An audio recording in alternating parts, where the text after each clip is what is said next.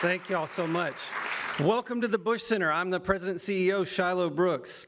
It's really great that y'all are here at this Engage event presented by NexPoint. We're really grateful to them for endowing this series. I also want to say how grateful I am to all of you for being here tonight, in particular to Mrs. Bush. Thank you, everybody. On your way tonight, I hope that you notice the really beautiful Christmas decorations here at the Bush Institute. A lot of work goes into that from great volunteers. Ken Blassingame's team put this together, and they're really talented people who decorated the governor's mansion, the White House, and we're really grateful to them for making it feel so festive around here. On that note, I want to encourage you to get your tickets to be right back here next week on the 18th for our Deck the Halls Holiday Traditions at the White House event. This is going to be an exclusive behind-the-scenes look at how holidays come to life at the White House. You'll hear directly from people who worked there to make all this happen. And on December 5th, we'll have our Merry and Bright Night, which is our family holiday celebration. So you can get your kids' holiday photos with Santa in the Oval Office, which, I mean, I trust you know it's very much worth it. And a story with Mrs. Claus. This event is free for our members, but there's only a few spots left, so be sure to get your membership if you can. Finally, there's going to be choirs in the museum throughout the holidays, and that makes it a great place to come with an out-of-town guest and get in the Christmas spirit. So you can see a full schedule of the choirs and the events and get tickets at bushcenter.org. Now, I stand on this stage and introduce a lot of different kinds of people. I stood here 3 weeks ago and welcomed everybody to a panel conversation on America's economic realignment that featured leading economists. That was a prescient and timely conversation. Tonight, I'm introducing the pioneer woman.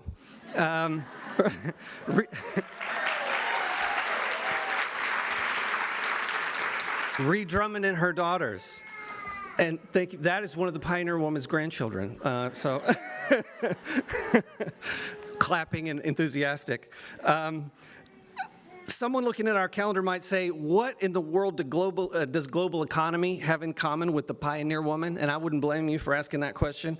But to that, I'd answer, it actually has a lot to do with that. We have important conversations here. The American economy is important, I don't deny. We feel it in our pocketbooks, and we talk about how to keep American prosperity alive. But you know, what's more important than the economy? Your family is more important than the economy, and keeping the bonds of love alive.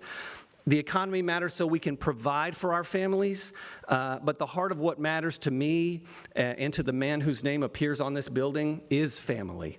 My wife, Siobhan, is here because we managed to get childcare for the night.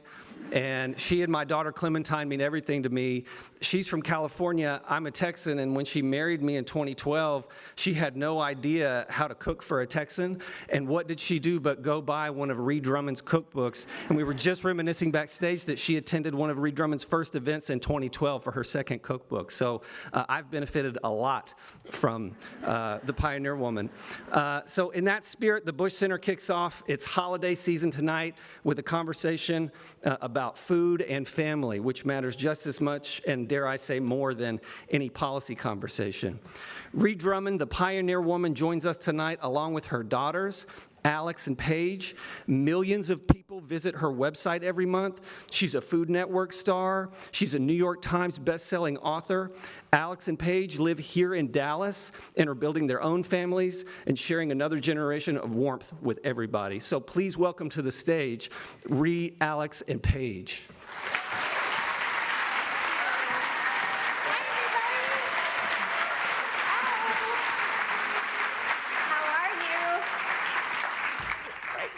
Usually I have a handheld mic, and it gives me something to do with my shaky hands. Oh, my angel. Hi, baby. I'm sorry, we didn't get childcare for the night, so. And she doesn't like applause. So. Oh, it's a little loud. Well, thank you all so much for being here. My girls and I have been looking forward to this for so long. That's my granddaughter, Sophia. The joy of my life, but I'm so happy to be here. I want to thank the Bush Presidential Center. I was actually here 1 year ago in December as part of their speaker series, and I enjoyed it so much that when we were trying to figure out where we would do our Dallas event, we were looking at all these different venues and options and stores, and I said, I want to go to the Bush Center. So I'm very grateful that they were amenable to that and made it happen, and I'm very happy to be here with my two favorite girls in the world. So I am a middle child, and I have all sorts of issues. So first of all, I can't breathe right now, and I'm just gonna get this out of the way. I am wearing a Spanx camisole, which is a terrible idea if you have any sort of fear of public speaking, but if I turn blue, I thought I should tell you guys so you know what to tell the paramedics. But in case, where I'm going with this, in case you were dragged here by a friend and you don't know who the heck I am, I understand. As I said, I'm a middle child. I'm used to it. But I'm Ree Drummond. I grew up in Bartlesville, Oklahoma, Northeast Oklahoma, and went to school in California and came back for what I thought was a pit stop and wound up meeting my husband, who is a cattle rancher, never left Oklahoma, had 4 kids, because what else do you do Oh gosh. on a rural cattle ranch? You know. Nice. Does that make you uncomfortable? No, we can stop there. Okay. There's a book for that. Oh yeah, we'll get to that. But basically, that was my life. 10 years after we got married, I started a blog. This was 2006. Blogs were definitely a thing, but they weren't necessarily as popular as they would become. But I just started blogging about ranch life, raising 4 kids in the country. When I started blogging, my youngest was 1, and he's now 21. So that's how long long ago I started blogging. But after a while, I started sharing recipes on my blog. I was a terrible photographer. I would just take pictures of the food I was cooking. And I just started getting better at photography, better at writing, and that led to my first cookbook in 2009, and that led to a Food Network show, which the day I started my blog in 2006, in a million years could not have dreamed that that would happen. So that's just the short version of who the heck I am. There are a few other details we may get to tonight, but I want to introduce Alex. This is my oldest. Hi, should I say a few things about myself? Please. Okay, this is my first time doing this. They have been on tour together, but I have been at home with my baby. But I'll give you the bullet points. I know you guys mostly are here to see her, but I am 28 years old and went to Texas A&M. Can I get a whoop? Wow, that was a lot. My husband and I moved to Dallas after we graduated in 2019, and so we live here now about 15 minutes from here, and we had our first daughter, Sophia, last December. You weren't married in college, though. No, sorry, I missed that part. We got married May of 2021, so we had been dating for about 5 years at that point. Not that there's anything wrong with getting married in college. No, I mean, we didn't do the ring by spring, but I know a lot of people that did. And then, yeah, we've been loving Dallas. We have been raising our daughter here, and Mauricio works in commercial real estate, and I am kind of just home with my baby, doing some of my own social media stuff. And so I was working for my mom for about 3 years before I had my baby, and then it just wasn't feasible to be trekking up to Oklahoma and back as much as I was. So I support her from Dallas now, and we still visit a lot, but. But fortunately, I had a second daughter. Yeah, that's where Paige comes into play. And that was a perfect little transition. Yeah, I'm second daughter. No, my name's Paige. I'm 26. I am the second oldest daughter, second born. I went to Arkansas, probably not gonna get as many, some of my fellow people, we're not as good as football, but we have fun.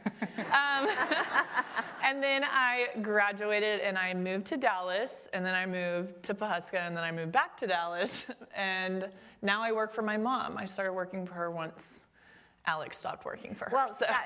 back up just a little bit. So what did you do when you moved back to Oklahoma? Well, Tell them about when that I little originally moved to Dallas, I was working a corporate job, and it wasn't like my favorite thing in the world. And so my dad was like, you should move home and work on the ranch. And I was like, okay. And I did that for like 2 years. And then I got married last May to my husband, David's right there. And then we moved back to Dallas. So, yeah. She had a 2-year stint as a cowboy on her father's ranch. She's sort of making it sound a little more casual, but my husband, Ladd, is a cattle rancher, and it's his dream that, you know, one or more of the kids will move back and give him some dang help. but also he loves working with his kids, but especially loves working with his girls. And I'll tell you a funny story. When I was pregnant with Alex, Ladd and I decided that I got pregnant on our honeymoon, because that's what happens on honeymoons, I guess. We were in Australia for 3 weeks, so what do you think's gonna happen there? But I almost named her Sydney. That would have been a tough one to explain your whole life. I know. I was like, I don't want her to have to explain her name. Thank you for not naming me Sydney. I love that name, though. Maybe a Yeah, granddaughter. gorgeous name. But anyway, we didn't find out what gender we were having, and because Ladd was so excited to welcome his firstborn son, and he just couldn't wait. He had grown up in a family of all brothers on a very male-dominated, cowboy-dominated ranch, and so when Alex was born, and it wasn't his firstborn son, it was his firstborn daughter. You know, we had that happy moment in the delivery room, and then he had to go out to the waiting room and call his parents, who were out of town because she came just a little bit early. And he told his mom, and she told me this later, that it was a girl, and she was so excited. And she said there was a long pause, and he said, "What do you do with girls?" And she had grown up on a ranch in a neighboring county, and she said, exactly the same thing you do with boys. And you all can probably attest that you got exactly the same. Yep. No special treatment. No special treatment. They were thrown into the mix, and Yeah. so, but now Ladd considers Paige and Alex the best cowboys he's ever had, basically. Yeah. The men, the boys, I have 2 sons as well, and they're strong, and he said they just don't have the brains and intuition that We're that the girls have. we're the favorite sons for sure. So. We like to give my brothers a hard time, and because they tower over us now and are double us in weight, but we always tell them, we're like, we carried the ranch for a few years. carried it on our Paige and I backs. did. Before Bryce and Todd were worth anything, Paige and I were out there getting it done. So Yeah. we have that over them. What would you like to talk about what it was like growing up on a cattle ranch with cowboys that cussed left and right? And Yeah, I mean, somehow we didn't turn out to be potty mouths. I don't know how. Dad always told us, hey, you're gonna hear the guys cussing out there, but you are not allowed to say those words. And we knew it was true, but They'll come out every now and then. I've heard you drop a few. I think she's speaking for herself over there. So. It's not, listen, especially because I worked there for 2 years straight, it kind of just came back. It's hard not to rub off on you. Yeah, it's. But I mean, it was so fun. And looking back on my childhood, I feel like I can appreciate it, but it was tough out there. And the worst part about the ranch, I will say in hindsight, is that the busiest time on the ranch is summers. Summers are never ending, and you have to wake up at 4 a.m. because you have to wake up before the sun because it gets too hot late in the day. So all of my friends would be out at the lake, going on vacations, and Paige and I would be working calves at 4 a.m. and then hauling hay at 10 a.m. for the rest of the day until sundown. So We didn't know what the lake was. Like, we were not allowed to go. Lake was not a word in our vocabulary, but I mean, we did it. We didn't know anything else, so it was. Well, you were probably scared of water because we had this huge pond behind our house, and it was a source of terror for me with 4 little kids because I couldn't take my eyes off them. It was this huge pond. And so I told them that there were alligators and piranhas. No, but I told them there were piranhas, but my son Bryce actually was terrified of swimming. But Yeah, this so it kind of worked. scarred us. Yes. This is the downfall, and David can attest to this, is I never learned how to swim. And so I had to teach myself, and when we were honeymooning in Costa Rica, I almost drowned. David, I got pulled out, and David had to carry me back because I couldn't swim. It was bad. But it's because she scared us from water growing up. You do what you can to survive in the country. Yeah, sorry about that. It kind of reminds me, I homeschooled the girls, and I started homeschooling the boys. They wound up going to public school and playing football. But when I decided I probably shouldn't homeschool the boys was when Bryce was 9, and I realized I hadn't taught him about coins. And he showed me a nickel. He said, "What is that? How much is that again?" So I was like, "Time to go to school." Well, one thing that we love to tell stories about, not just in our family, but with each other and at events like this, kind of stems from the Food Network show. So my Food Network show launched in 2011, which is crazy. That's crazy. We've done, thank you, I have a fan. But you were how old in 2011? I think I was 13 when it started, which it's dark to be on TV in the most awkward stage of your life ever. I look back on episodes and I'm like, ooh, what was that ponytail? But honey, I look back on episodes. I'm okay, good. I'm not, what is that hair color? What is that hair shade? You had a lot of different hair colors throughout the year. I have lots of different shades of red. I started out with a kind of a deep auburn, and there was a Lucille Ball orange, and it got a little orange there for were a little some bit. fluorescent neon orange that I did not intend to be neon. But I thought we would tell a few stories, behind-the-scenes stories of filming the show. So one story I like to tell, it kind of started early on, and you may not know this, but the production crew that filmed our show on Food Network is the same production crew that films Barefoot Contessa. Oh, exactly. She's the queen. She's the OG for me. But definitely the first season, and probably the first 2 seasons, were a continual education in all the ways that Pawhuska, Oklahoma was not the Hamptons. And the owner of the production company is a lovely woman named Rachel, and she was enamored with ranch life. She had never been, west of the Hamptons. In all the years she'd come to America. They're from London, by the way.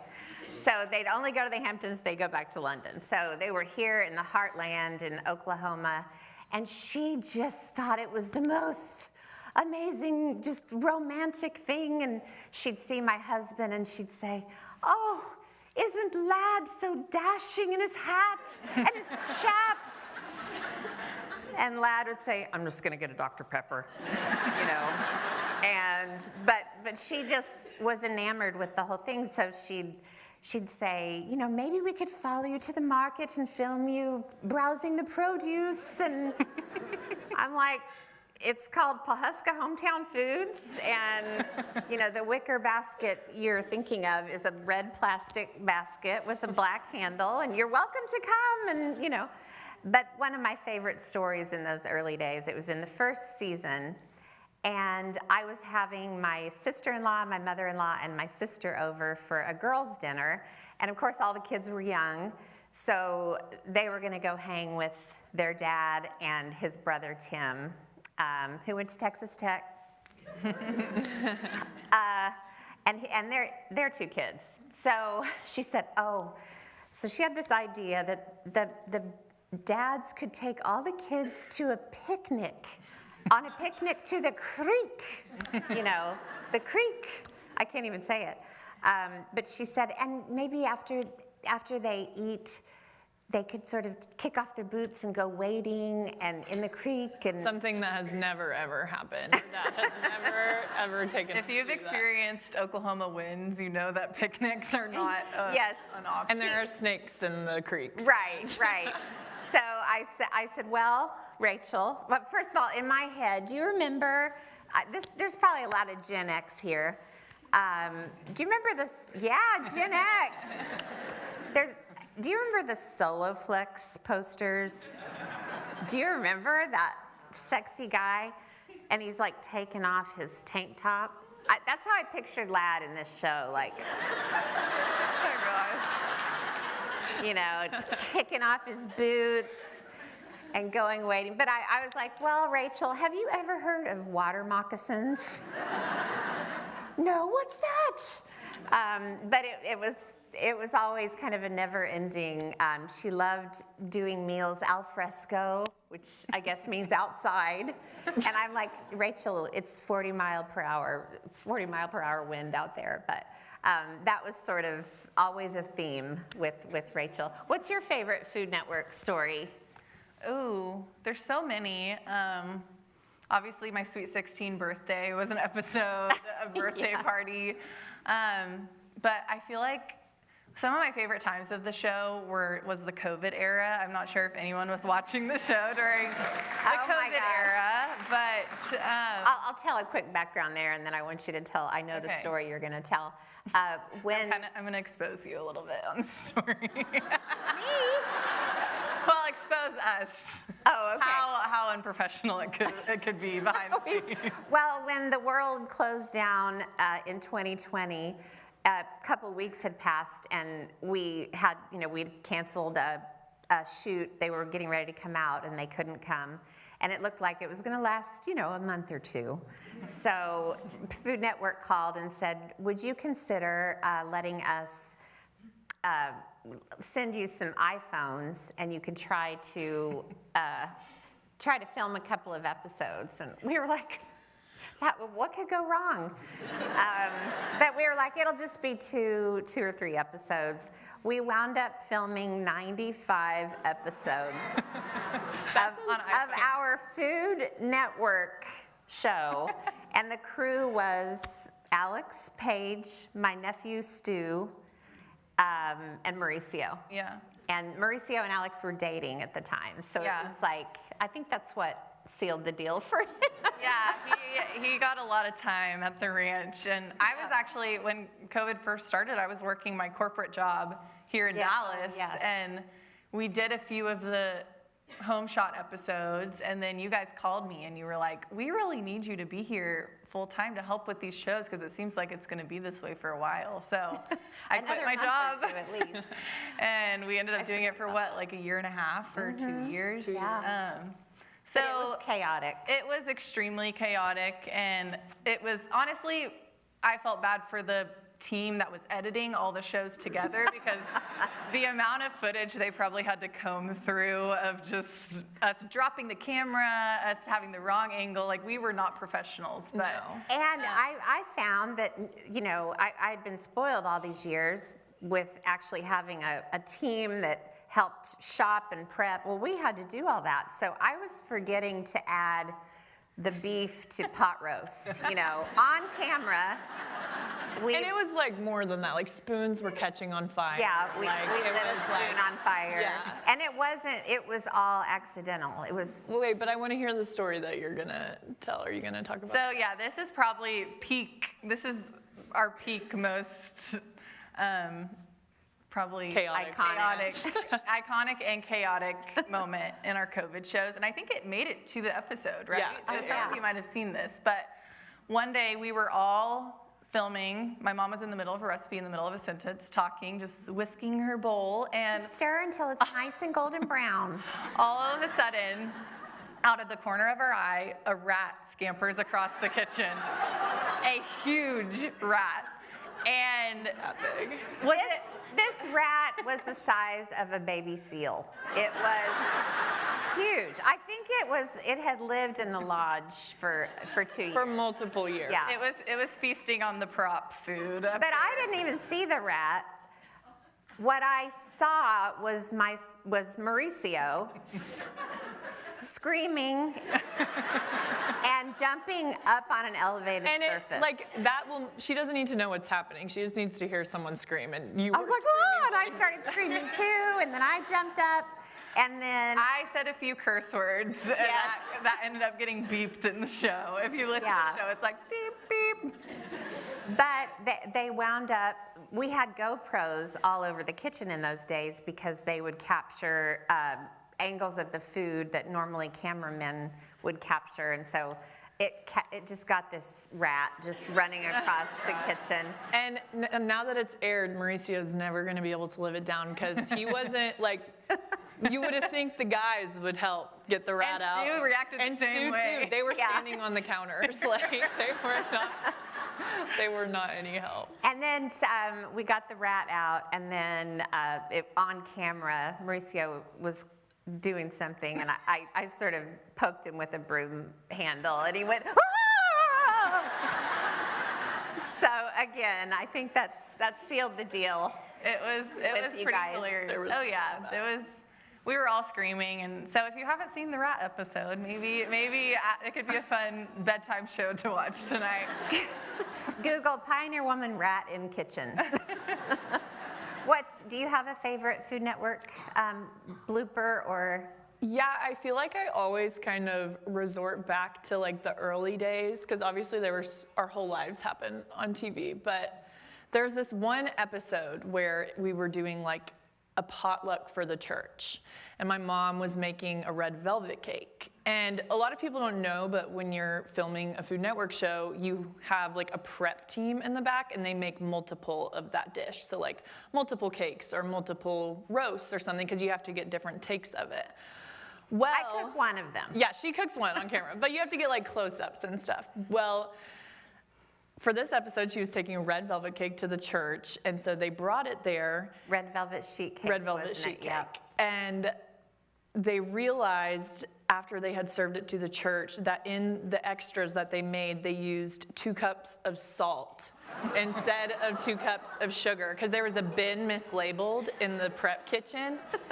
And so these cakes were getting served to our church. Like it was not good. And the camera crew was trying to like go around the room filming people eating the cake.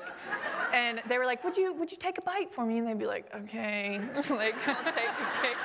And then like at the end of the episode, they're trying to like film the crowd and it's just a graveyard of like slices of cake. Red velvet Like one sheet bite cake. out of them, Yeah, it was really. I saw them because we live in a very small town, 3,300 people, and our old Presbyterian church. I mean, we are one of the youngest. Lad and me, one of the youngest couples there, and I think they had one of our old parishioners, Sally Holcomb, and they were, God rest her soul, she was amazing, but a cameraman was right up in her face. And, okay, Sally, why don't you take a big bite of that delicious cake? And they didn't know. None of us really knew. I was like, oh, I we were don't like, what's my going cake. on? But I just remember Sally going, well, all right. Oh my goodness. That is so bad. Wow. Did you apologize to people after that? Like, what was your explanation? I Or cannot. did you just ignore it? I think I just left. I don't, because I didn't want to throw the crew under the bus, you know. I didn't want to say, I didn't make it. So I just kind of took it. But that's like the kind of crazy things that you never see on TV, those things. Nobody would have known. because they make it look like it's good. And yeah, that is the one thing about Food Network and food TV cooking shows that, I mean, you'll never look at it the same way. Just, I cook everything, but there are, multiple versions of the exact same dish that they, get close-ups of. So, but it's been it was an unexpected development in our lives when I would like the first, 10 episodes to be stricken from the record. I was so green because I'd never been on camera, or I was It's not a natural thing. No, I know how to do. That was way before really a lot of iPhone stuff. Yeah. So, it wasn't like I knew how to do that, but it's kind of a great scrapbook of all my children just growing up. In fact, sometimes I'll catch an old episode and I almost can hardly stand to watch it because, well, first of all, I'm very awkward in the old ones, but the kids were just so young. And I mean, they just grew up, I don't think Todd could say is ours in the first season. No, we And now celebrated he's 21. 21. He was 7 in our first season.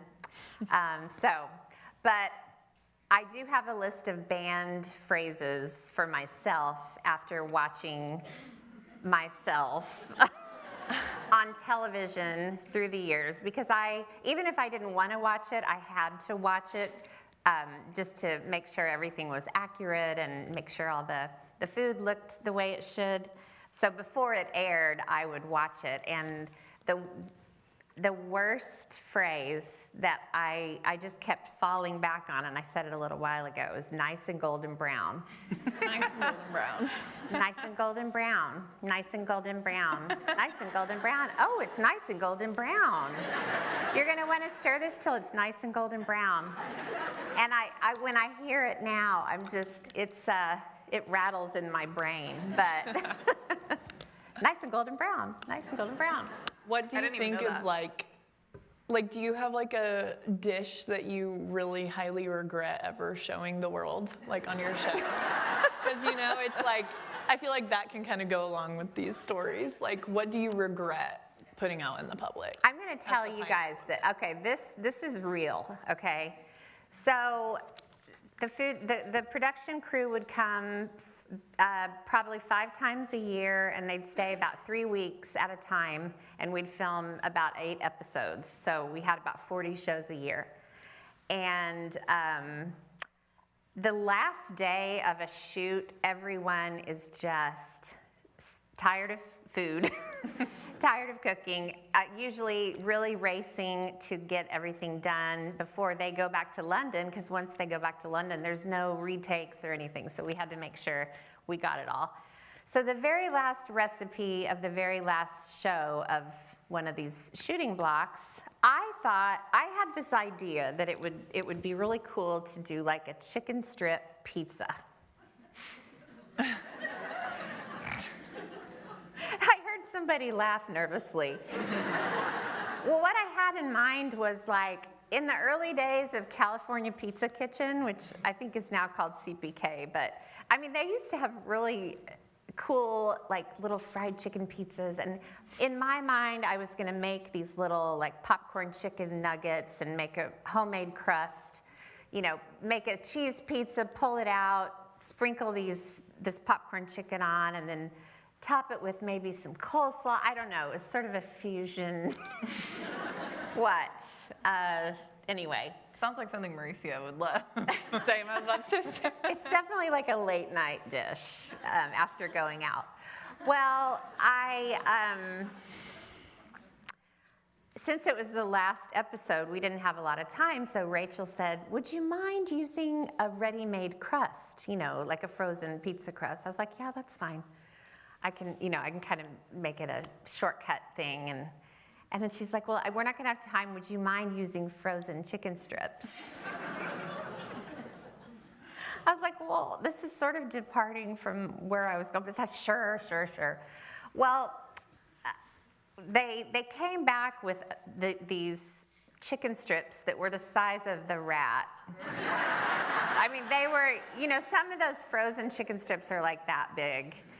And I just wasn't thinking clearly, but this pizza, It was the worst thing I've ever seen in my life. And after I put the chicken strips on there, they just sort of fell like bricks.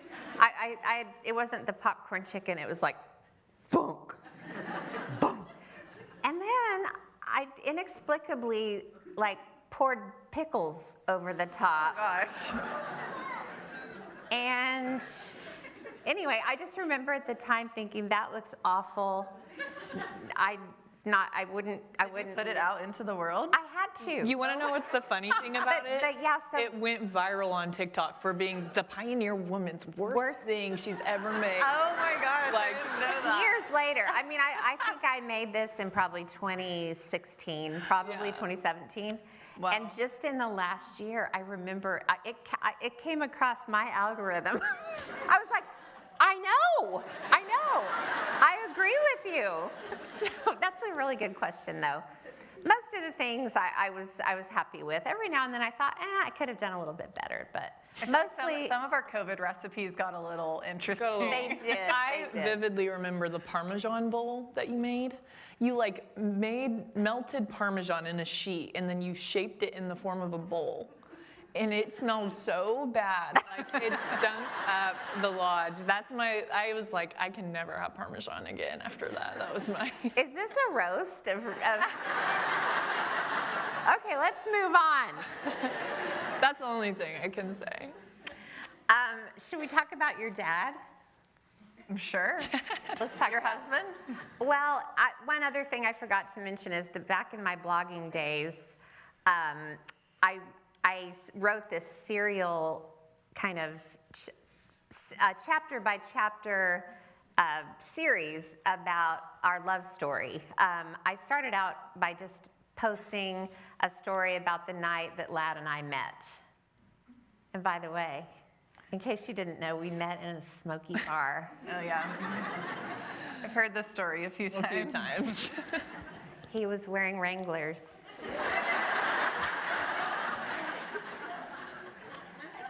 Which clung to his chiseled Okay. frame. There's a book if you want to hear that story continued.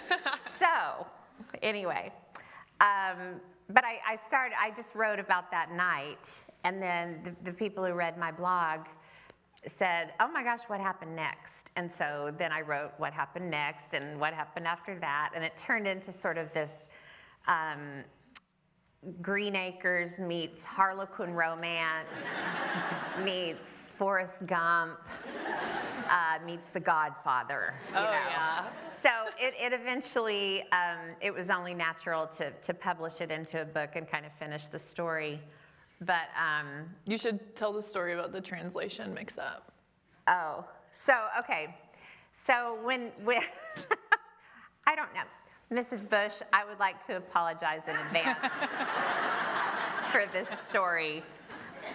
Well, so when you publish a book, a novel or a memoir or anything really, it can be picked up by international publishers. And so the book was called Black Heels to Tractor Wheels. That was sort of the story of me, city girl turned ranch wife. But so it was translated into a German version, a Dutch version, Italian, and all the covers were different. And it was also translated into a Czech version, Czech Republic. So what happens is translators in those publishing houses translate the books, and sometimes they have to check in with the author about exactly the meaning behind a word. Which was normal. Well, the emails from the translator from the Czech Republic wound up in my spam, and I never saw them. And I found this out when somebody emailed me and said, I just read your, I'm not good at English, but read your love story, and whoa, that was very steamy. Well, so I later found the emails after I heard what happened, and the translator had written me and said, one phrase I don't understand is make out and making out. And I think it means making love. Is that right? Well, he didn't get an answer, so he went with it. So we made love on my parents' porch on our first date. We made love on the back of his pickup, outside the movie theater, in the parking lot of the country club where my parents were members. And it was already published. I mean, it's already out there. So I'm a floozy in the Czech Republic, but that's okay. That's okay. Oh my gosh. That's so funny. I've never read the book, but I feel like one of my best friends from college, Peyton, when I first met her, she was like, we were talking and stuff, and like a couple days in and into like being friends, she was like, told me, she was like, this might be weird, but I already know everything about your parents' love story. Like, I've read their book. And I told my mom that, and she was like, thank goodness she didn't read the Czech version. Oh, man, awkward. Yeah, people always ask us if we've read Black Heels to Tractor Wheels. I'm like, why would we want to read that? Well, it was always meant to be sort of just a fun Harlequin romance type thing. It just kind of took a little turn. I think one of the most surprising things when we were kids and you started blogging was how much people were in love with Dad. Like when you started posting pictures of him in his chaps, people went crazy for it. And then I had all these friends being like, oh, like, my mom thinks Lad is so handsome. And I'm like, what? Like, this is bizarre. You're like, ew. So that really took me by surprise. Well, it could have something to do with the fact that when I was teaching myself photography in the blogging days, I would just take a picture of his rear end. I mean, wearing clothes, but I would hope. But like wearing Wranglers, and he'd have chaps, and I'm like, I'm just gonna practice my exposure. But I'd post them. This was back in 2006, 2007, and it really was the Wild West back then in blogging. And you know, it wasn't. You didn't have to be as careful necessarily. No. It was just kind of fun. But yeah, yeah, Dad. I know. And he's so offline that like he has no idea. But it's so funny. But the thing about Dad is like, you know, Dad loves the attention. Like Dad is. We went to Kansas City a few weeks ago, and me and my mom were back in the green room, like getting ready, and my dad was just gonna watch. And my friend's mom, who was there, was like, "We're here. Your dad's taking photos with every woman outside." Like, and I was like, "Yeah, that sounds like Dad." But it was funny. Oh, I have a story. What? So raise your hand if you have ever tracked your children using Life 360. Okay. Oh, there's not that many. Yeah, I thought I was going to have more of a, well, would you say I was a strict mom? Yes. Yes. Really? But I was also the oldest. Paige was the second oldest. So we suffered the worst of the strict. Yeah. And then by the time Todd was in high school, my parents were like, do whatever. Whatever. And Paige and I were like, you don't know how lucky you are. By strict, you mean I didn't let you do, You didn't let us stay do out, anything. stay out late and. Well, you kept tabs on us. Well, I didn't want you making out with anybody. Well, so I used Life 360. Probably. You didn't with me because it wasn't around. It wasn't around. You used it with me till all through my freshman year of college. And then I turned it off, and you were like, why'd you turn it off? And I said, you said I just had to have it through. It's just a nice peace of mind. Well, I had it with my boys too, and my very good friend Cindy, you may know her as Hyacinth on the show. She's been on my show several times, one of my best friends, and our children are all best friends. Alex was her daughter's maid of honor, and our boys just ran in a pack. Well, her son Patrick had turned 16, and so she turned on the driver feature of Life 360. And she got this notification one day that said Patrick just reached a top speed of 95 miles per hour. And she called him and she said, "Where are you? Pull over right now, stop the car. What are you doing?" And he said, "Lad's taking us to a movie."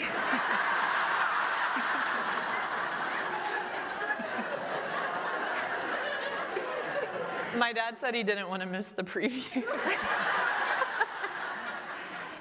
So yeah. But what other stories can we tell on Dad? He's not here to jump in. Oh, I feel like there's just so many. I've There's so told many enough. There's so many dad stories.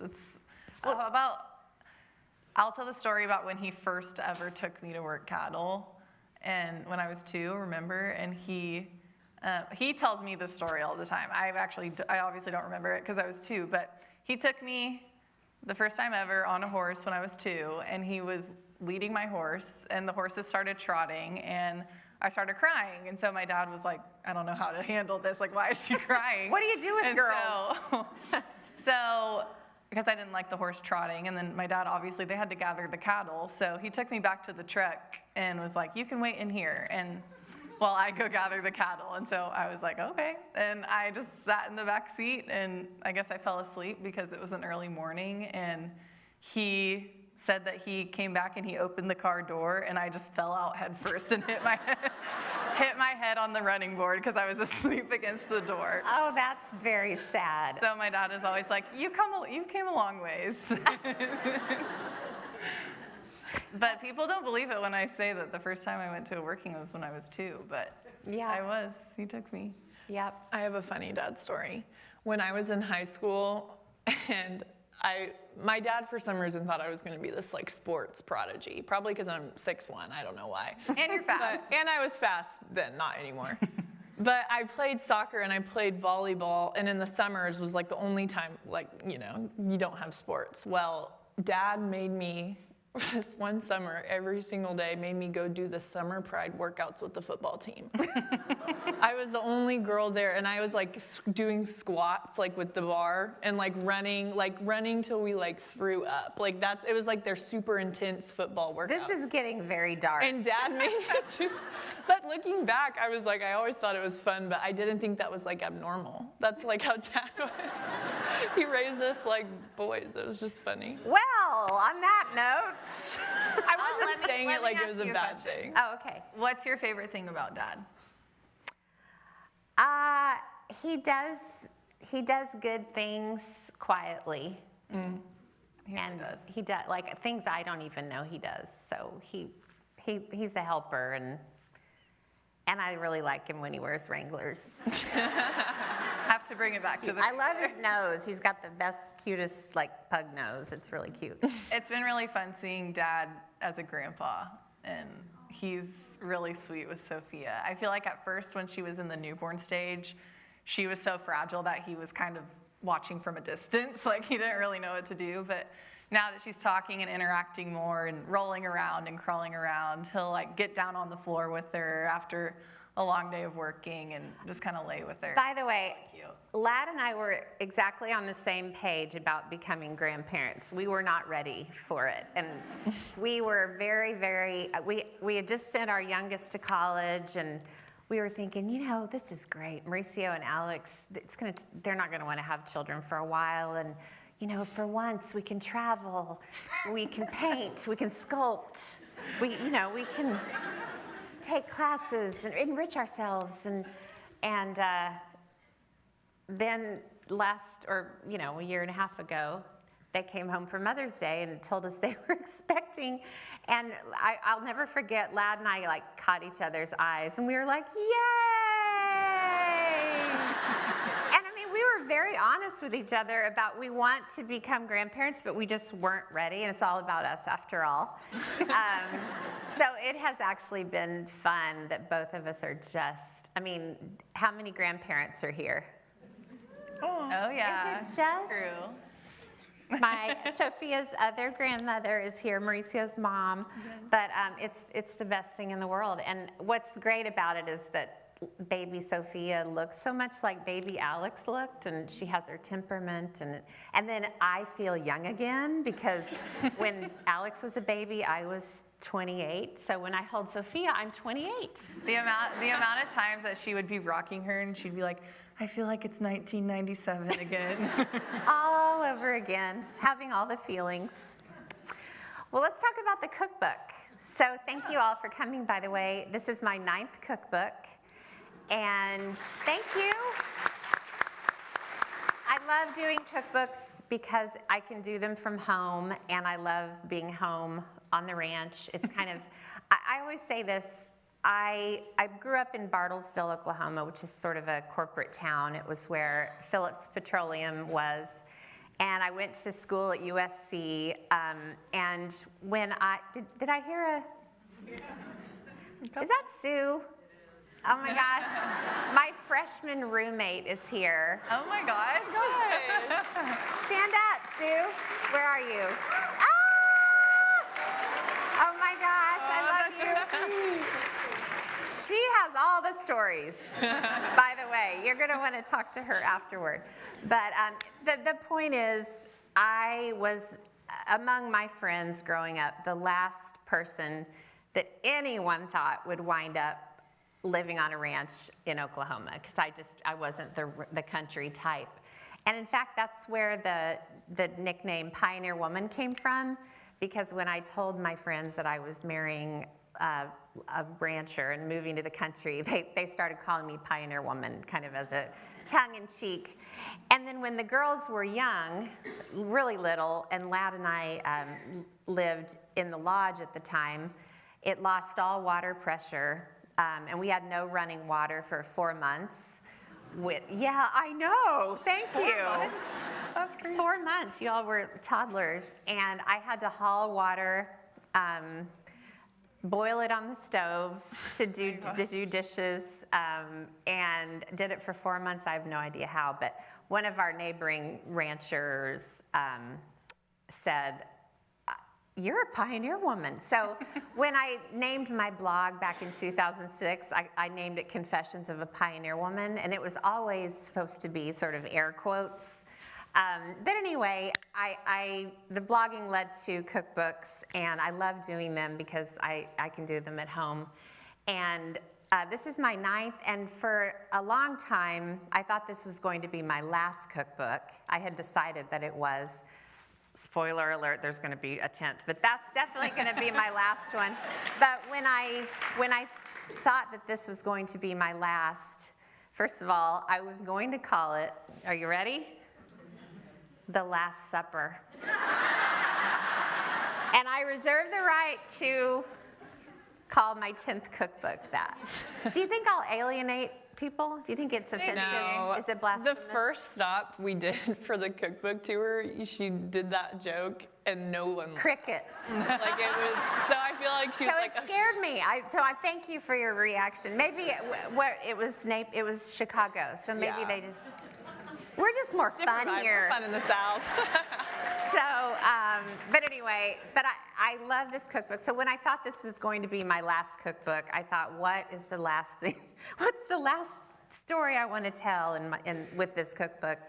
And you will see when you look at the recipes, they're all the recipes that I love the most, the recipes I've made for my family the most, which is really what it's all about. I'm going to use this cookbook a lot. It's basically my recipe Bible, and some of them are I have already put in some cookbooks, but over the years I've made them better and better. So my pot roast, my chicken pot pie, chicken fried steak, biscuits and gravy. Mac and cheese. The food's brown, hot, and plenty of it. That's a line from City Slickers. What's your favorite thing in the cookbook? Like your favorite recipe? It's really hard to tell because is my hair out of place? You just looked at my hair. She thinks anytime I look somewhere other than her eyes, she is. But you went straight up. Is it? No, it's fine. There's nothing wrong with her hair. it's hard for me to say my favorite because I have all my favorites in. I think the chocolate sheet cake is one of them. It's so good. So here's a quick story. Our time is ticking down. I know you all need to go, but the chocolate sheet cake recipe, when I became engaged to Lad, his mother handed the recipe to me, and she's like, "You're gonna need this." And it was their family go-to cake. So I made it for Lad a little while after we got married, and he said, "Oh my gosh, this is the best cake I've ever had in my life." I was like, "What are you talking about? That's your mom gave me that. That's the one she makes." And he said, "No, this is so much better." I said, "Don't tell your mom that." But that's great. I'm glad you like it. And so I just made it all the time. And one day his mom said, what chocolate sheet cake do you make? Lad told me yours was so much better than mine. Well, after some time, I pieced it together. So she handed me this handwritten recipe, and the cake had 1 C of butter, and the icing had 1 C of butter. So what's 1 C of butter? A cup, which is 2 sticks. So that's 2 sticks in the cake, 2 sticks in the icing. Well, to my mother-in-law, 1 C in the old days was 1 cube, which is 1 stick in the cake and 1 stick in the icing. And so no wonder Lad loved my cake. It was just like running everywhere and just, you know. So, And that's the one that's in the cookbook. and that's the one's in the cookbook. So The double butter. and more vanilla, more cocoa, but then you actually perfected it. And Well, my claim to fame is that my grandpa Chuck, who's Nan's wife, who had the recipe, or Nan's husband, sorry, that had the recipe. My grandpa Chuck, he said that mine was better than my mom's. Yeah. So it was great compliment. But then I got roped into making him 10 every time I came home from college, like one every 3 days. my father-in-law Chuck died in 2022, but he smoked 2 packs a day his whole life. He talked like this. He was all he did was work on the ranch. But I'd hear Paige pick up her phone and go, "Hello? Hey, Papa. Can you bring me a chocolate sheet cake?" I could hear it through the phone. So I'd be like, "Yes, Papa, I'll do it." But I hope you love the cookbook, and just know that every single recipe in there has been just tested over and over in our household. And I wish I just could know which ones y'all are gonna love the most. But we have been out of time, so I'm gonna wrap it up. But I want to say, first of all, thank you all for taking time out of your week to come. We've been looking forward to this so much. Thank you, Mrs. Bush, for being here. It's such an honor, and just for my girls to be able to meet you. It's amazing. Thank you. Thank you to the Bush Presidential Center, and if you guys haven't ever been here, it's really amazing to come and walk around, and that's it. You know everything there is to know about me, but thank you all, and have a wonderful holiday season with your families. Thank you.